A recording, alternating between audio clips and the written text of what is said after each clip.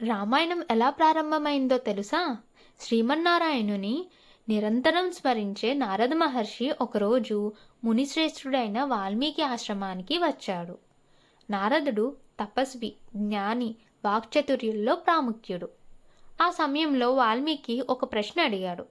ఓ మహర్షి, అన్ని మంచి గుణాలు కలిగినవాడు ఎవరైనా ఉన్నాడా అని. ధర్మం తెలిసినవాడు, మాట తప్పనివాడు, ఆపదలో కూడా భయపడని వీరుడు, గుణవంతుడు, ఎప్పుడూ సత్యం పలికేవాడు, దృఢమైన సంకల్పం కలిగినవాడు, విద్యావంతుడు, సమర్థుడు, కోపాన్ని జయించేవాడు, అసూయ పడనివాడు, శత్రువులను జయించేవాడు, అన్ని జీవులకు మేలు చేసే మంచి మనిషి, ఇలాంటి వ్యక్తి ఈ లోకంలో ఉన్నాడా అని అడుగుతాడు. నారదుడు చిన్న నవ్వు నవ్వి సమాధానం ఇలా ఇస్తారు. ఓ మహాముని, ఇలాంటి 16 గుణాలు ఒక మనిషిలో ఉండడం చాలా కష్టం. కానీ ఒకరున్నారు, ఆయనే శ్రీరాముడు. ఆ తర్వాత నారదుడు రాముని జీవిత కథని సంక్షిప్తంగా వాల్మీకి వివరించాడు. ఆ కథ బీజం అక్కడే నాటుకుపోయింది. అప్పటి నుండి వాల్మీకి ప్రతి ఆలోచన రాముని చుట్టే తిరుగుతుంది. మీరు ఇక్కడ వరకు చూస్తున్నట్లయితే కమెంట్స్లో జై శ్రీరామ్ అని రాయండి. మీ సపోర్ట్ నాకు చాలా ముఖ్యం. ఒకరోజు తన శిష్యులతో కలిసి వాల్మీకి తమసా నది దగ్గర స్నానం కోసం వెళ్తారు. ఆ నది చాలా స్వచ్ఛంగా, శాంతంగా, మనసులా పరిశుద్ధంగా ఉంటుంది. అక్కడ ఒక అద్భుతమైన దృశ్యం కనిపిస్తుంది. ఒక కొమ్మ పైన క్రౌంచ పక్షుల జంట ప్రేమతో కలిసి ఉంటాయి.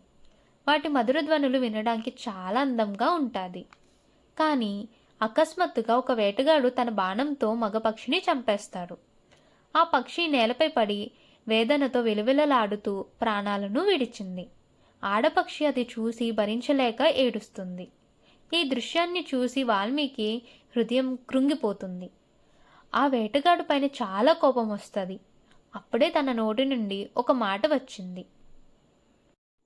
మనిషాదా ప్రతిష్టంత్వ మగమా శాశ్వత సమాయత్ క్రౌంచ మిథునాదేకం అవదే కామమోహితం.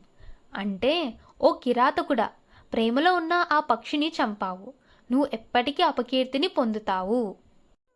ఆ మాటలు వినగానే వాల్మీకి తన మీద తనకే ఆశ్చర్యం కలుగుతుంది. ఇదంతా లయబద్ధంగా వచ్చింది.